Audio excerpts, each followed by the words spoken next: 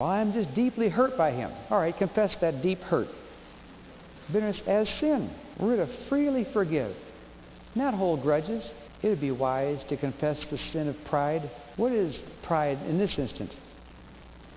It's believing that I deserve different than I receive. You know, if I got what I deserved, I wouldn't be here. Whatever I get from other people is less than I deserve.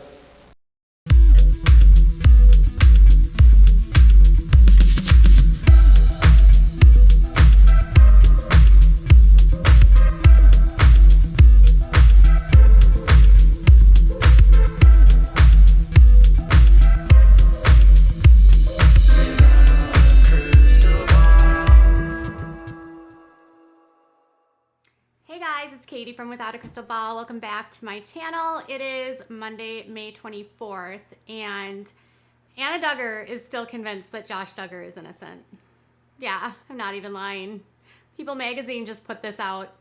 It's been almost a month since his arrest, and Anna is standing by her man. So we have been covering a lot, so much about this clan the last several months and even years. And there's been a lot of questions about what is Anna gonna do. When Anna and Josh went through their infidelity issues back in 2015, she made the decision to stand by him. And it is rooted in her belief that she grew up in by the IBLP, which says that men and women, or women, cannot divorce their husbands that are unfaithful. Bill Gothard teaches that women, if their husband is unfaithful, that divorce will ruin a whole host of things, from other people's salvation to the relationship between Jesus and the church. And basically, everyone is going to go to hell. And it's a lot to put on someone. What is witchcraft? Witchcraft is exposing myself to the realm of Satan's power. How does that work? God tells us in Scripture that every one of us has like umbrellas of protection, structures of authority. As long as we're under these umbrellas of protection, Satan cannot get through with destructive temptations. If we get out from under that umbrella, we expose ourselves to the realm and the power of Satan's control. When everything broke, people were waiting for Anna to wake up. Anna has been very quiet over the last several months, even the last few weeks. Leading up to all of this, the last time she posted was when she announced her pregnancy, and then a subsequent photo of all of the granddaughters that had been born right in a row. She and Josh are expecting their seventh child, a baby girl, which will be her fourth daughter. She just had another girl, Mariella, who is only a year old. If you remember, she was also pregnant with Meredith when Josh and the Ashley Madison scandal broke. In 2015, she said she wasn't going to leave him because she didn't want to turn a mess into a disaster. My only hope was to cling to my faith, because I know if I went off of what I was feeling, I would turn a mess into a disaster. And she believed that she could show she could show Josh how to be more Christ-like, and then he could become more of God's reflection. Then this happened, and we've been talking about it for like a month, and here's what's going on. Really early on, Anna was saying that this was all a setup. So I told you that Josh was telling Anna that somebody else actually downloaded the content. Yes, he did. He said a shady ex-con got access to his computer and put up all this stuff on it. Then it was Anna claiming that the Biden administration had planted this information because they believed that if they found it on Josh's computer, they would be able to stop Sarah Huckabee from winning her governor's race, because Sarah and Mike Huckabee were friends with the Duggars once upon a time. By the way, Mike Huckabee was a hobnobber with the IBLP and was rumored to be a part of this group for a long time. So naturally, people assumed, yeah, that's ridiculous, because everything was found when Trump was in office and Biden wasn't even president. Well, now it sounds like she's even more convinced, more than ever, that her husband is innocent. This is insanity to me. I don't even know how to process this. So a source from People magazine says that she is standing by him. She thinks Josh is innocent. And they also said, is he seen the kids? Josh has seen his children with Anna there. She has to be there. Obviously, she's currently pregnant. And he is staying at LeCount and Maria Reber's home, which, if you remember a couple days ago, we did the video about a 911 call that had been made.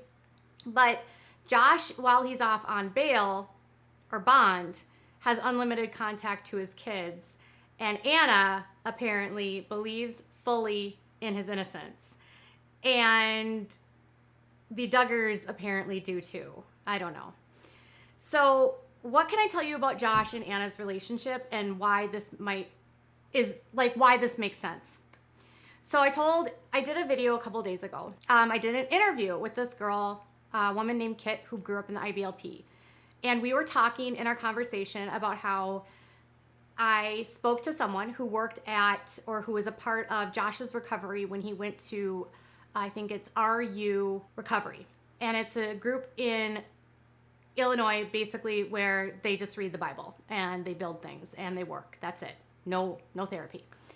And the person told me that when they were there, Anna was like completely vacant, totally dead in the eyes, that she was of the belief that, everything was going to be fine. It was revealed to me by that source that Josh is extremely controlling in their relationship, to the extent that Josh is the one that pretty much leads everything and controls everything from social media to where she can go, what she can do, and that Anna doesn't really get to have a say at all. Basically, what the person said was their marriage is very, Josh is the king, Anna is his doting queen who has to just obey Josh no matter what he says, and she cannot question him. They also believe that Anna was misled about the severity of what Josh was involved in, and they also said that Anna is just a very sort of beaten down, submissive, obedient, IBLP, quiet wife. I was like, that's not super shocking. So when you think of this in the totality of what we learned from Kit, if she's under the authority of Josh's umbrella, which is what they believe, she cannot question anything that Josh tells her,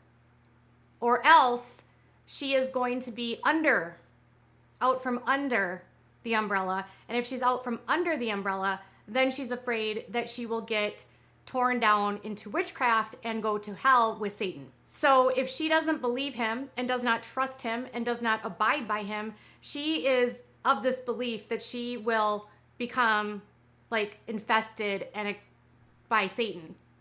And so things will get even worse. So she is going to stay under the umbrella because it's cognitive dissonance, and it's easier to stay there than it is to unwrap the years of brainwashing she's gone through.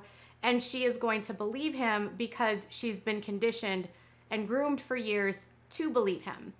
Josh, in my opinion, is a sociopath, and the person at RU Recovery, the person connected to that place, basically told me that Josh is a perpetual liar. He is smug, arrogant. He knows exactly what to say. He apparently is superficially charismatic, and he doesn't seem to think that he will ever get in trouble for anything. And that's probably because Jim Bob will spend just about any dollar that he can to bail his son out, whether it's from paying people off, like when it came to when a woman alleged that he had, choked her, and she sued him in Pennsylvania after what she said was non-consensual SA. He also has a dad that hid his issues from others when he was a child, and now his dad has him sitting at his friend's house where paparazzi have been trying to get to him, and now he's going to build a fence, and his dad is paying for him to have like a really good defense attorney that is specializing in these kinds of cases and has a history of getting these kinds of offenders off. Until Anna actually wants to wake up, she's going to stay under her umbrella of authority. I don't really know why some people are able to break free from this and other people are not. I think it just depends on the amount of control people have underneath someone. And I feel like Anna is a very easily manipulated, easily controlled person. And because of that, she's being controlled by Josh, and she's being controlled by Jim, Bob, and Michelle. And don't expect her dad and mom to come save her, because they're really not that much better. They're still in the IBLP, they're still very fanatical, and they don't believe in divorce either. So it's going to be, everyone's not going to believe it's true, but then once he actually ends up in prison, I'm assuming will happen, then what? Then does she leave him? Is she going to still stick with him? What if he gets sentenced to 20 years? Will she still stick with him then? So she's going to stand by him still. Nothing's changed, you guys. In a month, nothing has broken free from her. Mind you, she's not able to live with him. She's basically a single mom all the time now, and still nothing. She has made no changes in her decision to leave Josh. Are you shocked or are you not? Tell me in the comments below. Bye, guys.